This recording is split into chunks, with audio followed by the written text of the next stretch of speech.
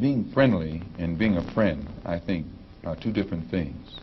I think there are many whites who act friendly toward Negroes. A fox acts friendly toward the lamb. And usually the fox is the one who ends up with the lamb chop on his plate. The wolf doesn't act friendly, and therefore the wolf has more difficulty in getting the lamb chop in his plate. I'd like to point out, though, that... And I say that because it is usually if you study the structure of the Negro community, economically, politically, civically, psychologically, and otherwise, it's controlled by the white liberal, who usually poses as the friend of the Negro, who actually differs from the white conservative in the same way that the fox differs from the wolf. What's something that you always carry with you? Hot sauce. Really? Yeah. Really? Yeah. Are you getting information right now? Hot sauce. Hot sauce in my bag, Swag? Hot sauce. Really? Yes. Now listen, I yes. just want you to know, people are going to see this and say, okay, she's pandering to black people again. Okay. Is it working?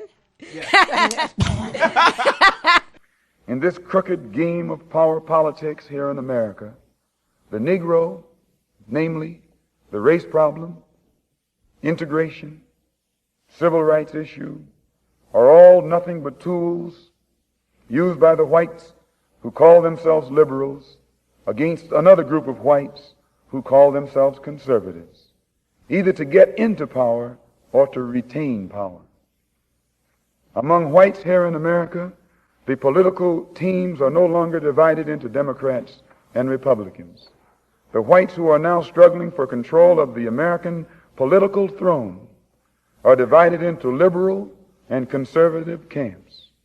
The white liberals from both parties cross party lines to work together toward the same goal, and white conservatives from both parties do likewise. The white liberal differs from the white conservative only in one way. The liberal is more deceitful, more hypocritical than the conservative. Both want power, but the white liberal is the one who has perfected the art of posing as the Negro's friend and benefactor. And by winning the friendship and support of the Negro, the white liberal is able to use the Negro as a pawn or a weapon in this political football game that is constantly raging between the white liberals and the white conservatives. The American Negro is nothing but a political football, and the white liberals control this ball through tricks or tokenism, false promises of integration and civil rights. In this game of deceiving and using the American Negro, the white liberals have complete cooperation of the Negro civil rights leader, who sell our people out for a few crumbs of token recognition, token gains, token progress. I tell you, if you have a problem figuring out whether you're for me or Trump, and you ain't black. There's Jews right here in Harlem who run these whiskey stores that get you drunk. There's Jews that run these old rundown stores that sell you bad food.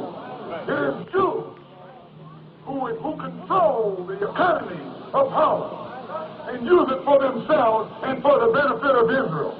And got nerve enough to walk around here joining some NAACP or CORE and think we're going to be blind to what they're doing to us. No, someone better pull their coat.